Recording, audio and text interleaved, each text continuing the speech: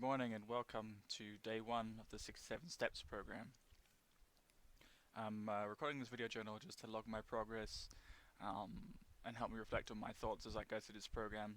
67 Steps is a self-help improvement course by Tai Lopez online.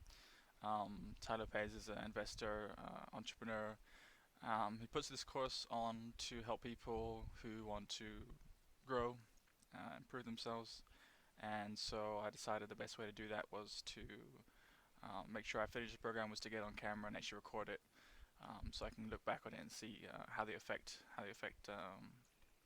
was on my life. And so I'm just going to go through every day, go through the notes that I take, and any questions I have to myself to see what happens. So I started the first day yesterday. I went through some of the videos on his course. He's got these videos, one for every day, and then he's also got these coaching call videos, which he goes through books that he thinks will help people. Actually, that was quite interesting for me. Was the books he went through yesterday are the ones that I watched, so I'll go through those. But basically, his theory or his approach is he looks at happiness or fulfillment through four different pillars. So you have health, wealth, happiness, and love. And you rate yourself against 10 where you are on these, and then work out what you need to get to the next level. So I'm going to start by taking a benchmark of where I see myself now, why, and what things that I think are holding me back, or what can I do to improve that. So let's start with health. That's been one of my big challenges actually, and so I've done a lot in that area already. And I'd say I'd put myself at about a 7 right now, between a 7 and 8. Physically, I'm in pretty good shape.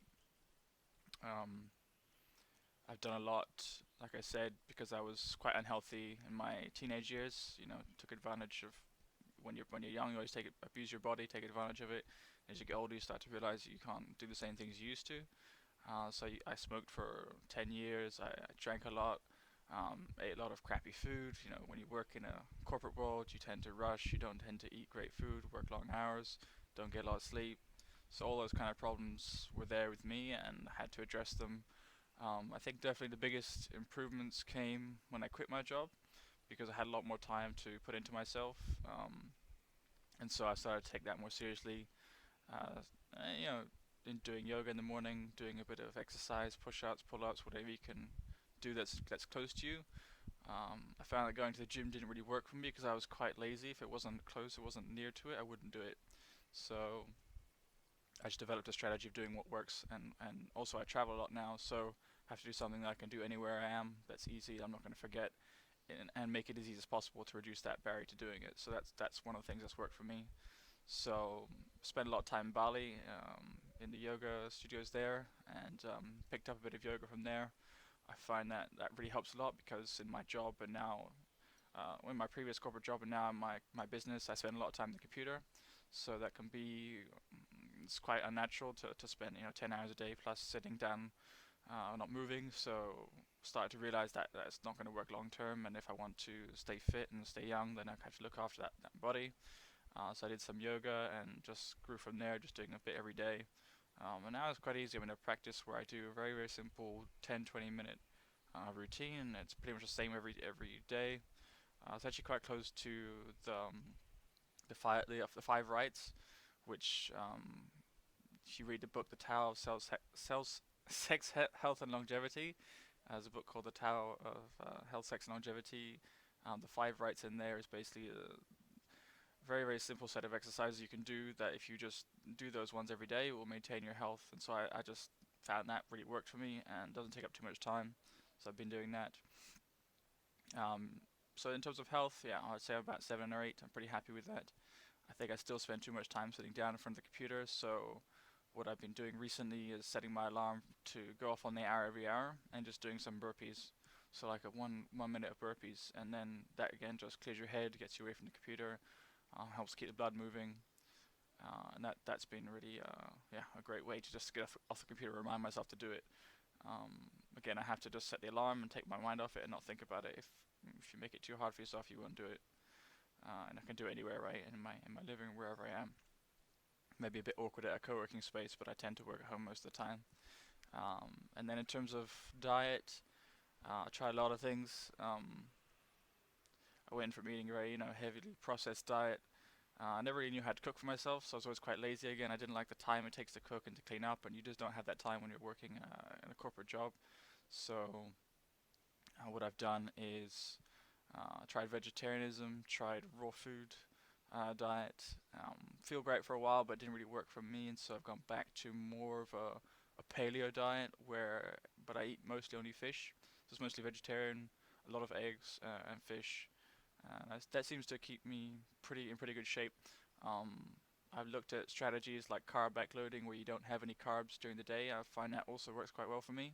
So when I tend to have carbs, I tend to always be hungry, and then you have these insulin spikes and crashes where you have energy, then you crash, and then have energy and crash, and that's very very normal as well for people that I used to work around that always had to have coffee and then slump in the afternoon, and then another coffee, and you just kind of go through this cycle, and that really can mess up your mess up your hormones and mess up your health if you do that long term. So I was never really overweight, but I was always a bit chubby, and like I said, when I quit my job, I had a lot of time to put back into my health, and so I've done that.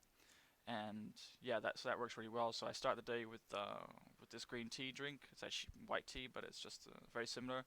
It's got a lot of health benefits. I take that with some chlorella. It's like a green algae, and that's like a protein source. It's really healthy, whole food source. I try not to take too many supplements, but I look for whole food forms, which are the body's way of digesting things. The body can't use things in isolation. It has to have what's in nature, and all the micronutrients that are found there. They all work synergistically, so you can't just take a lot of supplements. And I think a lot of people biohacking forget that they just think they can just live off pills and potions. But you need to learn to combine things and take things in whole food form where possible. So anyway, so I take this green tea in the morning with some chlorella, and also I'll take some vitamin C with it, because vitamin C has been shown in studies to work quite well, and that just kind of gives me energy, picks me up in the morning. It's good out here when it's cold as well. I'm in Antalya at the moment, in the south of Turkey, and still looking for some sun. I've had a few days of rain recently, and it's still quite chilly in the morning. So yeah, it's good to warm me up. So I think that pretty much covers it in health. I'd say what I need to do to get to an 8 or 9. Um, Maybe just a bit more discipline around food, but it's one of those things if you can get too neurotic about it. So I'm quite happy where I am. I think I have a good balance. Probably could spend more time outdoors. It's a little bit tricky with my business because I spend a lot of time on the computer. I do run an online internet business. So for what I have to do to make a living and balance that with health, I think I'm doing pretty well.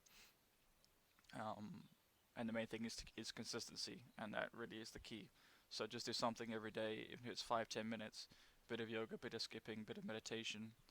Um, we haven't touched on meditation much, but for mental health, I think that definitely makes a difference. Um, just finding 5 or 10 minutes a day to just to be quiet, try and be quiet. Obviously, your thoughts will, flood your mind, and that's fine. It's just learning to take some time to be aware of your thoughts, and I think that's key to everything is really awareness. Tai talks about that in a few of his videos, that you can't learn to change anything about yourself if you're not even aware of it. So first step is to become aware. You can do that by reading, obviously, about the world, about yourself, trying to understand yourself. Meditation is also great for that kind of introspection, where if you're not constantly bombarded with information, you have time to think about things, more of a quiet space. So that really works. So I think like I said, for my health, to get to an 8 or 9, I need to spend more time outdoors. Um, and be a bit more consistent in my diet in terms of what I eat in the evening. So I'm fine up to the point of dinner normally, and then dinner usually, if we have it at home again, it's fine, because my girlfriend cooks very well, very healthy food, and so we eat really well. But when we eat out, sometimes we tend to not always eat the best choices, and that's also difficult when you travel because you don't have a fixed routine, so you don't have your favorite restaurants and things. Um, some of my favorite places to eat out is in Bali, because they have just gourmet, raw food. You can always find really healthy options, really varied diet, and that's great. You don't have to eat the same thing all the time. Um, I don't actually mind eating the same thing all the time, but my girlfriend definitely likes to eat different food every day. So she cooks when we're home, and when we go out sometimes, we eat other things like generally healthy, but like things like pasta and more carb heavy meals, which I generally try to avoid because I just feel better with less carbs. Another thing that works really well is to always have your carbs after you work out. So if you're going to have carbs, then have them after you work out because your body is primed to use that energy. It'll put it into muscle instead of fat. So that's one of the carb backloading strategies actually. Also, intermittent fasting is kind of similar that you don't eat for a set time, and then if you follow the bulletproof paleo version of IF, then you have your coffee, and then you have your evening meal where you have your carbs. So yeah, so that works to keep your energy pretty steady, pretty level, and that definitely affects your health. Oh, the other thing I forgot to mention is sleep. So definitely as an entrepreneur and someone who likes to read a lot and stay up late at night, then your sleep patterns can get really messed up. Something I've always struggled with, and I've always had a kind of, well, I had insomnia for a while when I was younger. It's not so bad now, but I still tend to get this wind of energy around 10, 11, and that can keep me up till maybe 1 or 2 a.m. And then I'll wake up 10, 11 a.m. sometimes groggy.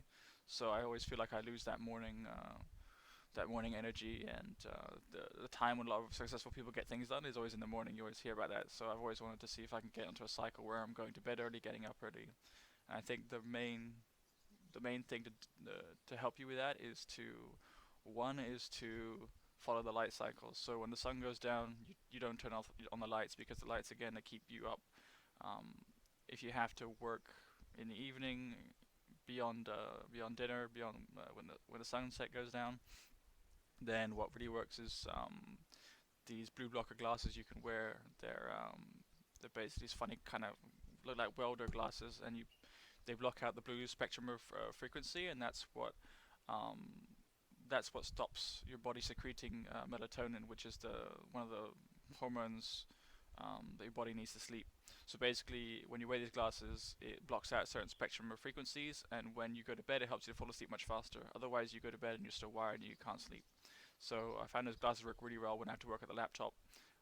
There's also an app called Flux, which will adjust the brightness of your monitor screen to the level of the sun. So it will get dimmer and go orange and red towards the evening. And again, that just kind of helps your eyes to relax and remind you there's also time to wind down. Generally, try not to work too late, but sometimes you can't help it if you're reading videos and catching up with work. Then you sometimes stay up too late. But what I've been doing is spending the last hour or two to read. And one of the things from the 6 7 steps is to really spend more time reading. So I'm doing that in those hours, and that helps me to wind down and just stepping away from the computer and not working too late into the night. So today was interesting. I set my alarm for 7 a.m. just to try and again, force my cycle, and I'll be setting my alarm earlier and earlier and getting back in that cycle. And also that helps you to sleep earlier once you wake up earlier. So that's definitely one of my challenges. My biggest challenge is to get to an 8 or 9. I think I need to get consistently good sleep, um, and not going to bed later than like 10 a.m., 10 p.m. Sorry. And the only other place I find it really easy to do is Bali because, like I said, everything's kind of geared around more natural living there, and you live in a villa, and it gets dark and it's quiet, and it's just really easy to go to bed, and there's no distractions, there's no noise. Here it's quite quiet too in Antalya and Turkey. It's super quiet actually. It's the low season here, so there's not a lot of tourists, not a lot of people all around me. It's just empty condos. So it should be quite easy to do here, and not too many distractions either. So definitely in bigger cities, it's a challenge when you have a lot of friends, when you have people inviting you out. So that's not so much of an issue here. So we'll see how that goes. So yes, I'd say I'm about 7, and I want to get to an 8 or 9 to improve my sleep and a bit more consistency in diet. But I'm pretty happy overall with that. It's not one of the areas I'm really going to worry too much about. And then the next one is wealth. So wealth is one of those things. Again, I think everyone who's not born into money, and even those people who are, they have to understand how to master it. I think some people get obsessed by it, and there's a danger that you just judge your life by money, and also comparing yourself to others who have lots of money. I think that people say money can't buy happiness. I think it can to a degree. A lot of studies show that you need a certain amount of money. Seen a lot of poverty. When I traveled the world, I was in Egypt for a few weeks just recently, and then in Istanbul as well. You see a lot of beggars, a lot of people hustling on the streets, and yeah, it does make you appreciate that you may not think you have a lot, but actually compared to most of the world, you actually have more than most people. So should be grateful for that. And I think I've always done okay, and I'm looking to take to the next level. So yeah, I went to college and university, got a degree, got a job, um, kept moving up and kept changing jobs. So every 6, 9, 12 months, moved to a new job. Maybe had 5 or 6 jobs in my corporate career. I was doing IT consulting, a few different companies, and so always had a good job for my age. I was always earning quite well, uh, but I wasn't really happy in a job. I didn't like the the lack of control of my time, of my day, the lack of autonomy and independence. I'm a very independent guy, so I always was changing jobs, looking for something that would give me that, and I just realized eventually I wouldn't get that in the corporate world. I ended up in Singapore working for a couple of years for a consulting IT consulting firm, and then got to a point where it just wasn't very fulfilling at all, and it just was time to look for something else as well. So circumstances changed anyways in my life around then, and I was able to start a company. So I taught myself how to do marketing online. Tried a few different things, affiliate marketing. If you've ever looked, there's like a billion ways to make money online, and 99% of the courses out there are just people trying to make money off you. So they're not gonna really teach you what's working. Things change so fast that you really have to educate yourself and stay on top to find a method that works. And then that changes, or Google changes the rules, and you have to adapt. So you really have to teach yourself constantly. There's no end to that. To be able to make money online, that's my belief. So anyway, so I found a way to use Google and Facebook and advertising to build websites and generate leads and sell those leads to companies. And so I found a couple of firms to work with. One of my main firms is in Singapore, and so I've been working with them for the last 2, 3 years. What's great about that is that, well, one, you have control back of your time. So I was able to wake up when I want, go to bed when I want, go out when I want. No one's your boss. You have to make sure your clients are happy, but no one is going to tell you what you can and can't do. You can choose your clients as well. And so that's been quite rewarding, and I said that's opened up a lot of development in other parts of my life, because I've been able to travel, be location independent, and that's really one of my dreams since I was young. Was always to travel when I was maybe 14, 15. In school, we didn't have a lot of money, and I would see my friends going on ski trips and all these school trips, and I always thought, "Ah, man, I really want to travel. I really want to go to see the world." And I traveled a lot, actually, around the UK when I was young, and my parents traveled a lot, so maybe that's in my genes. But that's always one of my dreams, and so I was able to do that when I when I started my own business, and I've pretty much been doing that for the last 2, 3 years, and I've been traveling a lot. So, anyways, back to wealth.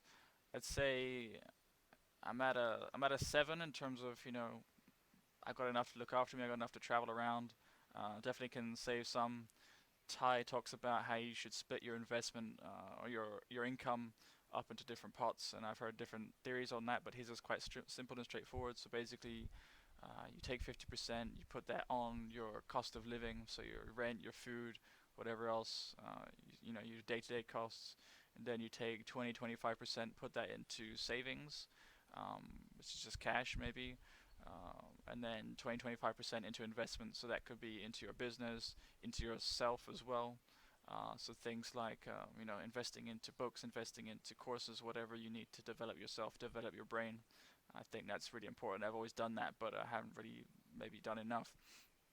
So that's one of the things I'll be looking for the 6, 7 days to really do more of, and try and track my money more. So I think that's really important. If you don't track where your money's going, he says all rich people know their numbers. I think that's very true. I did it for a period of 30 days. It was quite interesting to work out where I'm spending money. Um, and so I'm going to try and spend more time to do that and have more awareness around where the money's going, and am I happy with where it's going, and how to change that. I think investment into your body is also important. I actually spend quite a lot on supplements, so I try to make sure my mind is sharp, because you can be more productive when you have a clear mind. So I do buy a lot of supplements. Like I said, mostly whole food form, things like whey, things like hemp seed to make smoothies with, chlorella, green tea, fish oil, those kind of things. So you had that 20, 25%, which goes into investing in yourself or your business or both, and then 5 to 10% on charity. And charity is a funny one. I spent a lot of time when I was young doing a lot of charity work as part of the organization community I was involved in at the time. But when I got older, I dropped out of that, so I didn't really do much of that. looking around, there's a lot of things that a lot of people that need help, a lot of causes, a lot of organizations have done voluntary donations, but I feel like unless you're really involved in it, you don't feel the effect of that. Um, I actually think that is one of the keys to happiness, so that's one of the next factors I'll come to in a minute. But that you should spend 5 to 10% on charity and just try it, and if it doesn't work, then you can adjust it to what works for you. So that's his simple approach, and I'll be looking at that closely to see how the money's being spent this month. But I say I'm at a 7 because, like I said, I'm earning enough to be very comfortable, very happy in most countries. Definitely spent a lot more time in Asia recently, and coming backwards and forwards from Asia to Europe and America, you always feel like, wow, there's a massive adjustment. This costs so much more. The cost of living in Barcelona versus like, you know, Bali or somewhere. So there definitely is that adjustment. I think if you spend too long in a cheap country, you kind of adjust your expectations downward, and you feel like you don't have to push yourself. You don't have the motivation to earn more because you're very comfortable on maybe $2,000 a month in Bali. So right now, uh, my clients are in Singapore dollars, so I'm earning about 8,500 a month net, gross, sorry, and net. It's yeah, I don't know the exact numbers. Maybe I'll share them later. So I got a good amount of income coming in every month, and I'm quite happy with that. And I just need to be careful how I split the money up into different pots, and that I'm putting enough away to save. Recently, I have been saving more into silver because I believe that with the governments printing endless money around the world, they're just trashing the value of fiat currencies and then losing their whatever store of value they ever had. If you look at the American dollar, it's lost 96% of its purchasing power, and so every country is going the same way because they're all racing to the bottom.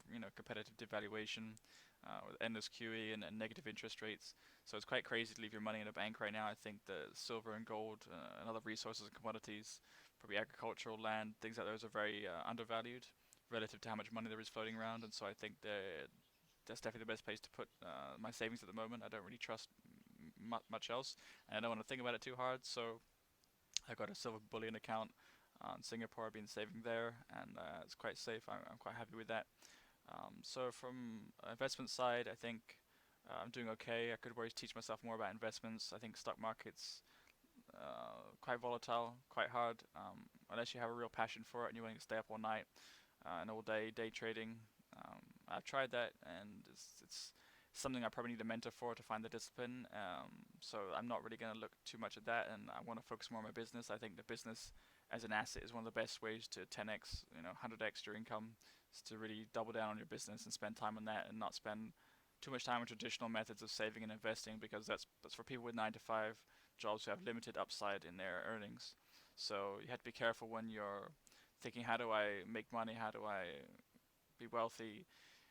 You're not going to find it following a traditional approach, especially not in this kind of economy where the market's just up and down, and you catch yourself on the wrong side, it's going to take you 20 years to recover. So a lot of people get their savings wiped out. I'm lucky I'm only 30 right now, so I still have a lot of time ahead of me to figure this out. But it's definitely an interesting time to be alive. There's a lot of opportunity, but a lot of risk, and so you have to learn, who's trying to take your money and who's actually trying to help you. And so I'd say with the wealth, I'm about a 7. Definitely to get to a 10, I want to 10x my business. I think that's the best way to grow your wealth. If I could find 10 or 20 clients like the few I have now, then that would be, ideal, because it's regular cash flow. It's every month. It's stable, so you don't have to look for new clients every month. So definitely having your own business gives you more upside potential. If you're in a job, you can earn good money, and if you're doing contracting, things like that, you have to know maybe it's a means to an end. So you have an end goal. I need to have this amount of money before I start my own business. Actually, when I quit my own business, like I said, I was in Singapore working at a consulting firm, and I really wasn't very happy. I didn't have a lot of savings in that time because I hadn't figured a lot of that stuff out. And so I think I had a couple of months of income, or a couple of months of living expenses, and I was able to arrange a sabbatical so that if I wanted to come back, I could come back at my job. And so worst case is I go back to a job. But I was just so unhappy that I thought I need to try something else. And so best case was, your business works out, you don't have to go back. So I took a lot of risks. I was living in a country I didn't really. There's no safety net in Singapore. I guess I could come back to UK and move in with my family again, so it's not the end of the world. But you don't need. What I'm saying is you don't need to have that much money saved up. People think, I need this much money to live, to be comfortable. truth is, you're not going to make 4 or 5% in the market today. It doesn't exist. There's no risk-free investment out there unless you really educate yourself and you have insider information. To 95% of people, that information is not going to be available to you. So you can't trust your savings to be enough in traditional way of saving till you're 16, retire. I just don't believe that that works anymore. So people are having this realization that your job security is not really there either because companies are hiring and firing very fast, and there's a lot less rights as an employee in a lot more parts of the world than there used to be. So you really, it's up to you. I think the illusion is that a 9 to 5 is more secure and a business is risky, but I find it's the other way around, that if you're running a business, the success is on you. So you only have to look at yourself to know you're going to succeed or fail. Whereas with a 9 to 5, you're dependent on the company's success, and if they don't like you and they want to cut you, your job security can disappear overnight. Uh, I haven't got a family or a mortgage or debt, so I think when you're in that situation, you have a lot more flexibility to take risks, and I think that definitely helps to try and avoid getting into that trap. A lot of people get into debt, and then they're just making monthly payments on their credit card and their rent, and they're just staying above water, and they have got no time to save. So I think it's important to stay out of debt and to work off that debt. Um, there's some areas that I made a lot of mistakes, but didn't get into too much debt, and so that's allowed me to shift and maybe change where some of my friends and some people I know are more scared to do that. So that's some of the things I learned around wealth. Like I said, to get to an 8 or 9, I want to 10x my business. I want to find a mentor that really can click with, and is somewhere who's 5, 10 years ahead of where I want to be. And that's another one of Ty's rules, is that you have to spend, how you spend your time is very important. Who you spend your time around. You want to make sure you're spending at least 33% of your time around people that are above your level, and so they will, you can learn from them, you can grow from them, you can absorb their information, just like reading books. It's like having a mentor. And then 33% of your time with people around your level, who are going to inspire you as well and keep you motivated. And then 33% of people, maybe 5, 10 years, in your past where you were, who you can help to pull forward. So that's something I'm gonna think about as well, how you spend your time. But most of the time I'm traveling right now, and I don't have a huge social circle out here, so mostly meeting up with other entrepreneurs online through other networks I have, and that's a pretty good way of having good circle of friends, good circle of influence. So yeah, so I would say that's wealth for now, and I'll keep coming on these. Every day I'll look at different aspects of that, and maybe new things will come up. Happiness is the next pillar. So health, wealth, happiness, and love. Happiness, I guess, is a combination of all those factors. It's also, if you find meaning and purpose in your life, I think you'll be more happy. If you're not sure why you're doing something, or you don't really have the drive or reason or motivation, then it's hard to stay happy. Also, people think you can be happy all the time, and you really can't, because it's a contrast of emotions. So you only know happiness through the opposite, and I think people get caught up in this ship on being happy all the time. I think as long as you're not depressed and you have opportunity, you know, you will have good times, and you won't be like high all the time, but you will have happiness. I think I chased happiness in the past through certain drugs, and uh, that's not sustainable. So happiness now for me is looking at what are the opportunities, what is my potential. Also being grateful for what you have. I think gratitude is quite underrated.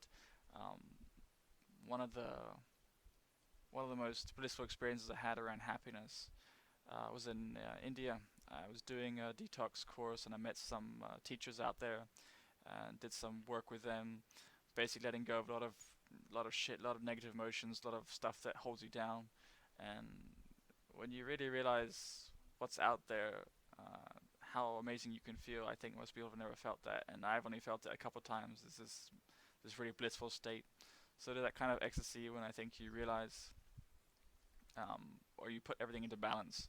So you don't have these major charges or negative memories about things that you perceive as being bad in your life. I think people you blame in your life for your failures, or blaming yourself, and when you hold on to that shit, it's really hard to be happy, even if you have money. So learning to let go of that stuff from the past, also conditioning from what you need to be happy. A lot of what you learn from other people is they're not happy, so you just need to let that stuff go. It doesn't really work for you. For me, I find being grateful definitely helps. I try and do some of that in my meditation to remember what I have, and remember to be grateful for that. And definitely when you when you want to grow and improve, you obviously want more, but you can't give up your happiness today for the future event. So you can't say, when I make this amount of money in my business, I'll be happy. When I reach this level of fitness, I'll be happy, because that means now you can't be happy, and you have to learn to be happy now in the journey that you're on. And I think that's really important. A lot of people forget that. They set goals for themselves, but they are so focused on the goal, the future anticipation of happiness, and then when they actually reach that, it's fleeting. So you have happiness, and then you adjust down. In the same way, Tai was saying that the studies done on people who lose a limb or have a major accident, their level of happiness adjusts back down after about 6 months to where it was before the accident. So your happiness is not really tied to the things that we think it is, and you need to think about in the present state. In the present state, what do you have to be grateful for? What do you want more of, and what can you do to provide more value to get that? Um, and I think that's really important. So I'm going to be focusing more on trying to do more of my gratitude practice. I think charity also can be very rewarding. Um, a lot of studies done on giving people $10, $20, and then asking them to spend it on themselves versus asking them to spend it on other people. And then at the end of the day, they pull how happy these people are, and the people that gave the money away obviously felt actually happier. So I think it's not necessary to spend everything on yourself. I think it's good to spend some on other people. There's other ways of doing charity as well. Like I said, you could teach other people. You could, I've done a few talks at co-working spaces helping people to grow their businesses online. Looking at maybe doing more teaching to younger people, to kids, college kids, because there's not a lot of information out there how to do this type of lifestyle, this type of business online. You won't learn that in a degree, and that's something I had to teach for myself with no mentor, and it took me maybe longer than it should. So that's something I want to be able to give back, and I think it's also a great way to learn for yourself, to internalize things, is to teach people. I think that's why Ty does his course, because he learns by talking, and I think it's a good way to internalize what you're going through, and that's also why I'm doing this video journal. So that's a great way to give out to people, and also to receive. And definitely I'll be looking to do more of that to get higher up. I'd say on a happiness, um, I'd say I'm around a 6 or 7, and maybe that's because I can remember what it was like to have those blissful states, and so compared to that, which is maybe a 10, I don't know if you can be at a 10 all the time, but maybe an 8 or a 9 is doable. So if I wanted to be more happy, I think I need to be more grateful for things I do have, and also helping other people who are less fortunate, and that helps you realize how fortunate you already are as well. So that's one of my goals. I need to figure out how to do that while I travel.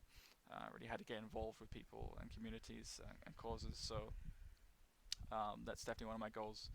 So happiness is a funny one. I'd say I don't have massive swings. I don't get massively high and then massively depressed. I'm pretty stable, pretty level most of the time.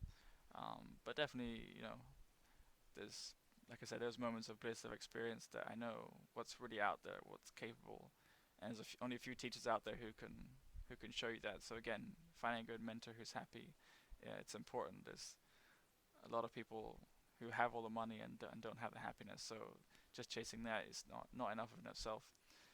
So I'll say I'm at around 6 or 7, looking to get to an 8 or 9 again. Um, and the last one is love.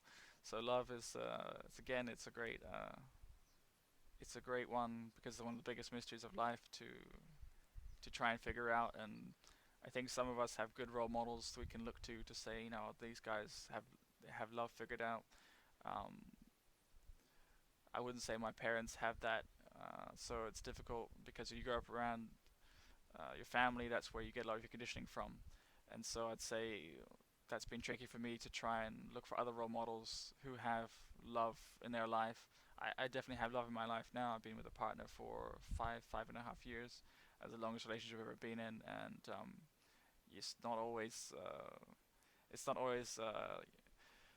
the high, because you have your highs and your lows, but overall, definitely there's love, and I appreciate her. So we do a lot for each other, and we help each other grow. I think it's really important to have a life partner who can support you, and you can support each other to grow and share your life and your ideas, and who's going to support you if you're in this kind of transformation. If you're changing a lot and you're growing a lot, if your partner's not, it's very hard to make that work. So you have to make sure you're both on the same level in terms of wanting the same lifestyle, wanting the same goals, the same vision for your future. and being able to support each other through that. So I definitely have love in my life. It's challenging relationship. There's cultural issues. There's history. There's some baggage that I still have to work through. I don't know who's got a perfect relationship. I read some great books by John Gray. There's another great book I just saw the book review on Tai's 67 Steps called Attached, and it's basically evaluating different personality types and then how those personality types interact. So there's three types of people called secure, anxious, and avoidant. And basically, if you're secure, you can date anyone because you're able to give and receive love and support people. If you're avoidant, you tend to maintain your distance and you like your independence. And I tend to resonate more with that. I think we're not all of one because we have tendencies in each, but I have more tendencies towards avoidant. There's a great personality compatibility quiz you can take online, so you can find out what you are and what your partner is, and then what strategies you need to help build that relationship. It's basically how you give and receive support and love in a relationship.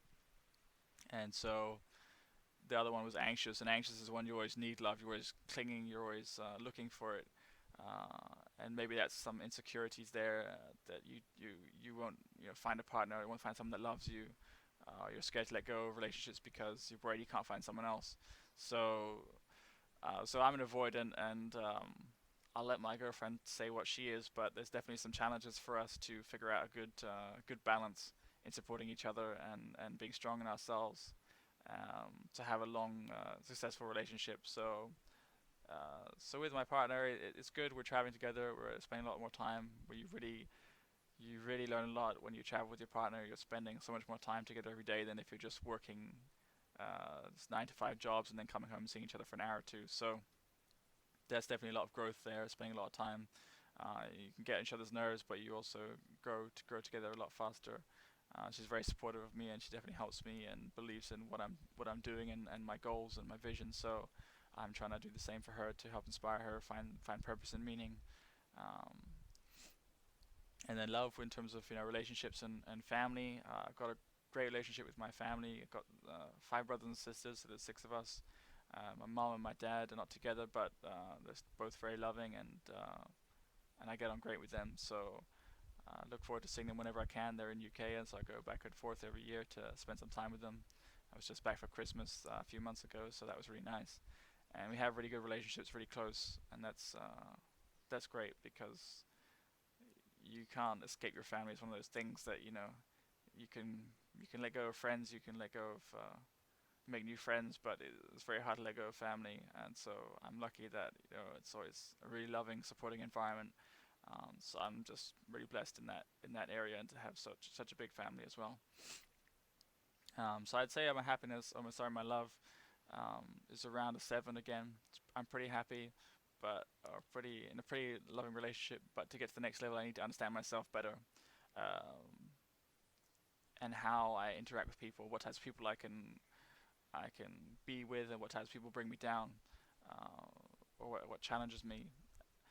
And it's interesting because this idea of support and challenge, you have to find a balance. You can't find people that are always supporting you and never challenge you because then again you never grow. And so if your mother was a type of smothering person who just always supports you, never challenges you, you wouldn't grow. And I had a lot of challenges in my life in my childhood, so I never had that problem. Um, but people perceive challenges as being bad, but really what it means is that it pushes you to grow. So you should always look for as much challenge as you can take without it breaking you. And that applies to everything in your business, in your health, wealth, happiness, and love. Look for challenges that are going to keep you growing, keep you moving in life. If you never have challenge, you never grow. So that's um, that's something I want to share. So I'm just going to go through some of the notes from Ty's course yesterday, some of the things I went through. I signed up just yesterday, and so I've been going through some of his stuff. It's a great program because you have a video every day for 67 steps to follow, and then you have some coaching calls and book reviews, so things that again will help to expand your mind and investing into yourself is the best thing you can do to increase your potential and grow. Um, so couple of the things he's told us to do is what's your plan to start deserving the success you want from life in those 4 areas of health. So in your health, your wealth, your happiness, and your love. And I talked about that a bit, but I need to think about that a bit more. And I think over the 6 7 days, we'll start to formulate what's the plan for those areas and how to measure that and how to, yeah, how to move up. So I need to work on that one. That's something I'll come back to. The second question is, if you have to rate from 1 to 10, what's your awareness level? Um, and your deserve it factor. So what can you do to be more deserving of that success? What's your awareness of the issues or things that are maybe holding you back, or awareness of things you want to improve? And then you're worth a damn. So what are you doing, you know, to deserve it? And rate yourself from 1 to 10. So I'd say overall, my awareness is higher, and I am aware of my issues, but that's the first step to change them. So you still have to overcome them. So what can you do to increase it? So I'll be thinking about that. Um, Definitely the things I've just talked about is all those different pillars I want to work on. I think they will all increase my overall happiness, and I'll be able to rate that higher at the end of the 67 days. So that's the next question. Next one is, if you could go back to high school, would you have bet on yourself over everyone else? What can you do now to be that person? So what would you change? I would say when I was in school, I had a lot of potential. I was quite smart. Um, I was very different because I didn't go through normal education, so I only went to school around 11 and started from there. So I think that my perspective was very different. I didn't really fit in a lot of the time until much later, and so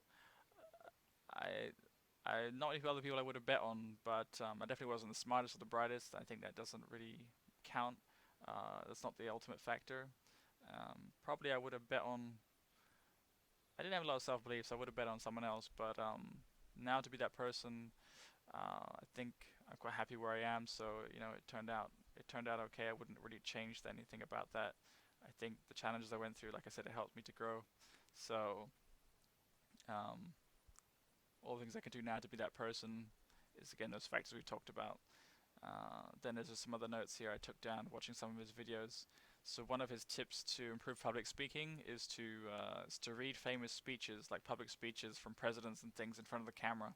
So you record yourself, you I guess watch it back and work out what areas you need to work on. I know when I'm recording in the camera, I feel quite uncomfortable, maybe because I'm an introvert. I don't put myself out there a lot, so it's difficult for me to open up and share everything I'm feeling. And so this is going to be an interesting one for me. I think I'm going to try and find some speeches and record them my iPhone or something, and then play it back.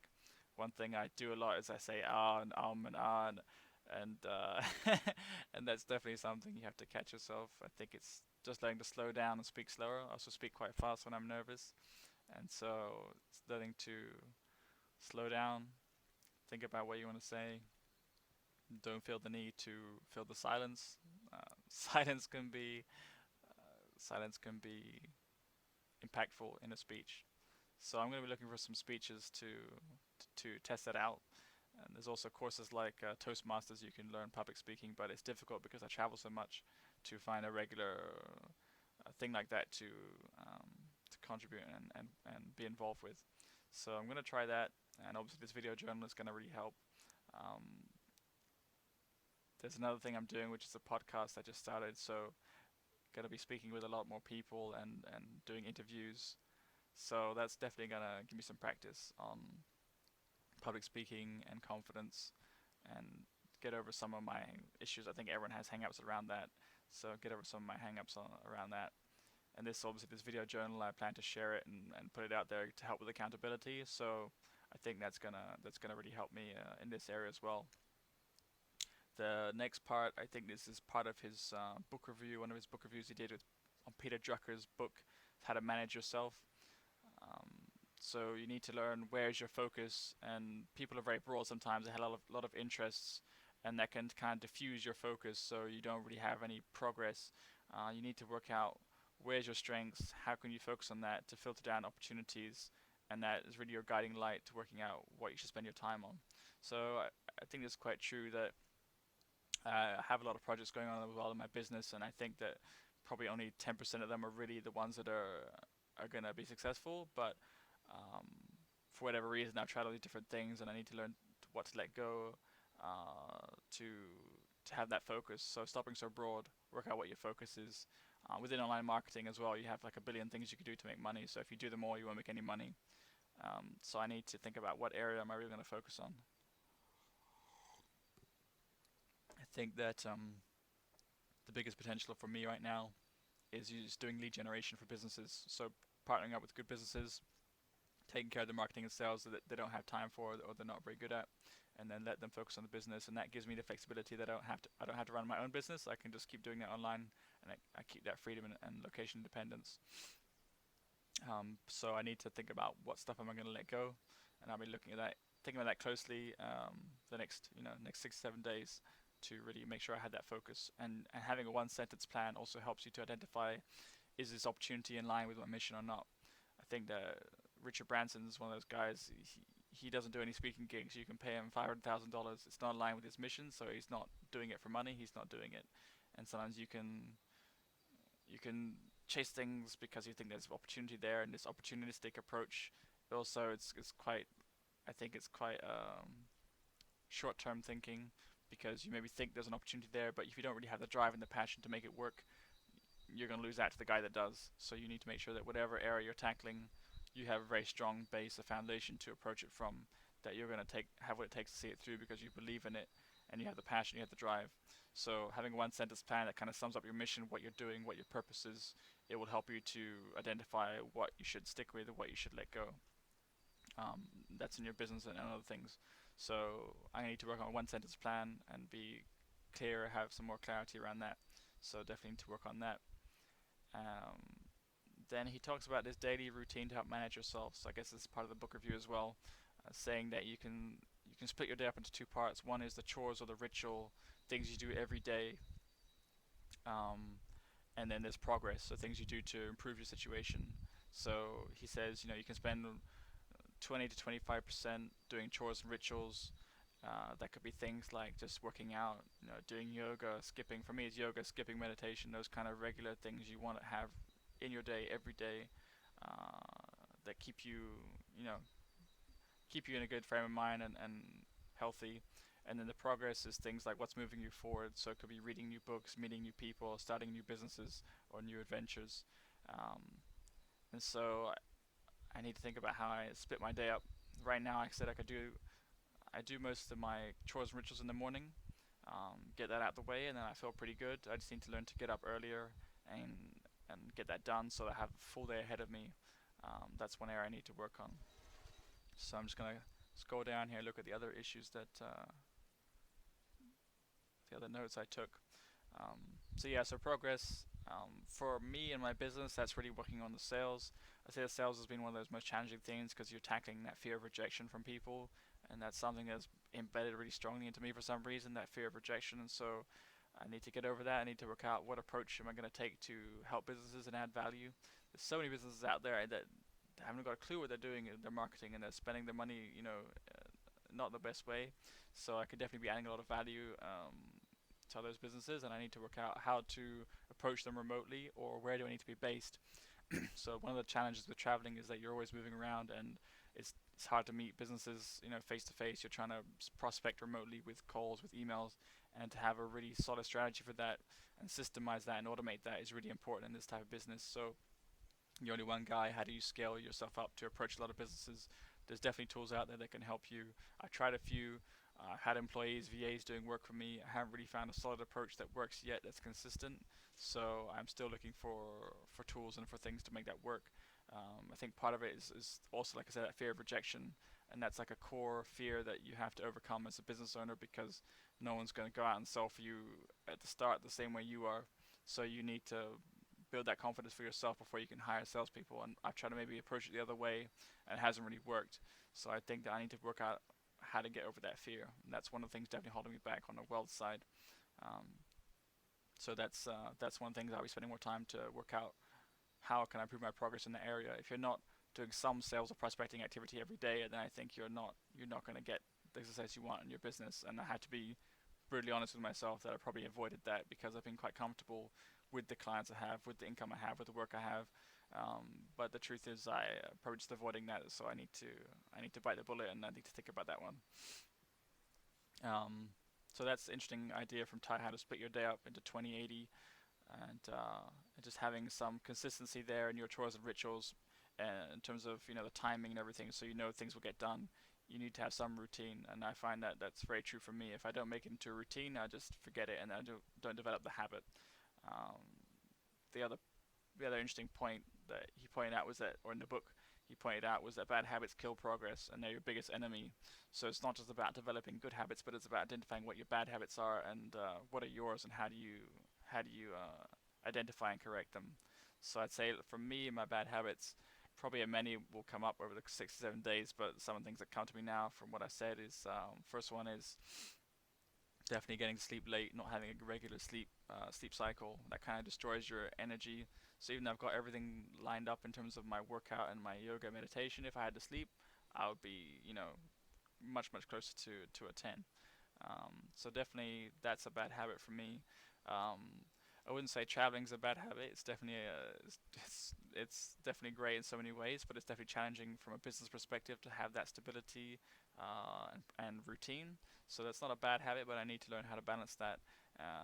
I was before I was traveling, I was in Singapore for 6 months. So typically I'll spend 6 months in one place focusing on the business, then I'll spend another 6 months traveling around the world, just because I love traveling. So maybe I can learn to settle down again in another place where there's more opportunity. The reason I travel is just to really experience different cultures and see what's out there and look for new opportunities that maybe not aware of. So I'm gonna be traveling from. I've been traveling since December, and it's end of March now, 26th, 27th of March. So I'm gonna be traveling till September, and then back in Singapore, and then traveling again actually. So I'm not gonna be settled in one place for that long.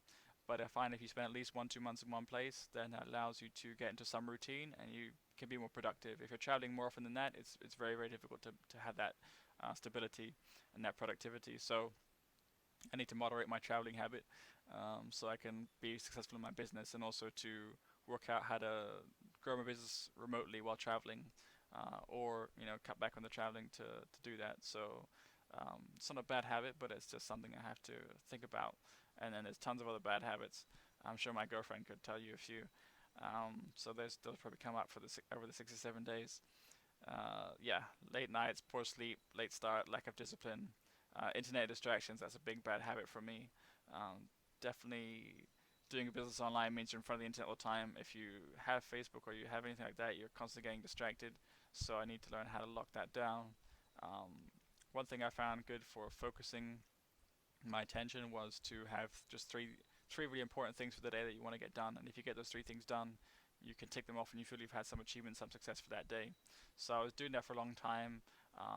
When I was traveling recently, I was not doing much work, so I fell out of that habit, and so I want to get back into that. So bad habits is really not finishing what you start, and not having the consistency, and not having the discipline and the focus, and kind of getting pulled all over the place. So I'm reading another book Tai recommended called Focus. It's all about how you keep yourself focused in this information age when you're just overloaded by stuff, and you can spend all day on Reddit or YouTube or Facebook, and it's just a complete waste of time most of the time. So I need to. That's one of the biggest things. If I can get that figured out, I'll be well on the way to being more productive with the time I have. Definitely having more time now.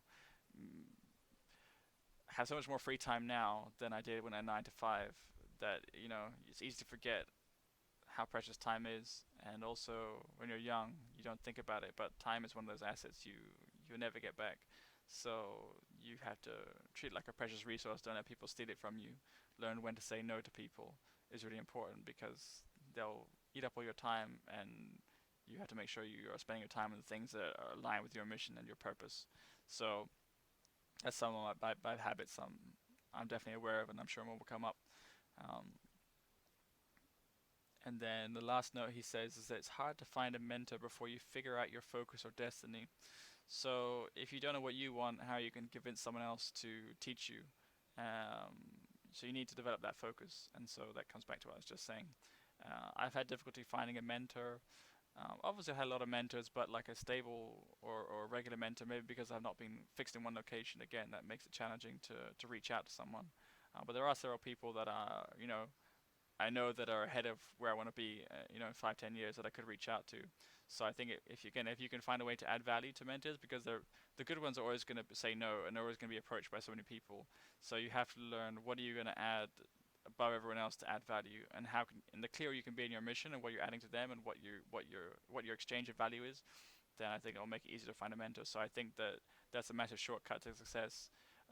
Is if you can learn from other people's mistakes, and instead of making them all for yourself, you can definitely grow faster and learn. So you get that from books, you get it from some courses. Definitely, this program I'm doing is going to help with that. But it would be good to have a real life mentor who I can sit down with and pick up the phone and things like that. So that's definitely one of the things I'm looking for. And so we'll see how this progresses as the 6 7 days goes on. I've probably talked enough for now, so I'm gonna shut up, and enjoy the rest of the day here. It's still early in Antalya, so yeah, this is the first day, and we'll be back tomorrow with some more.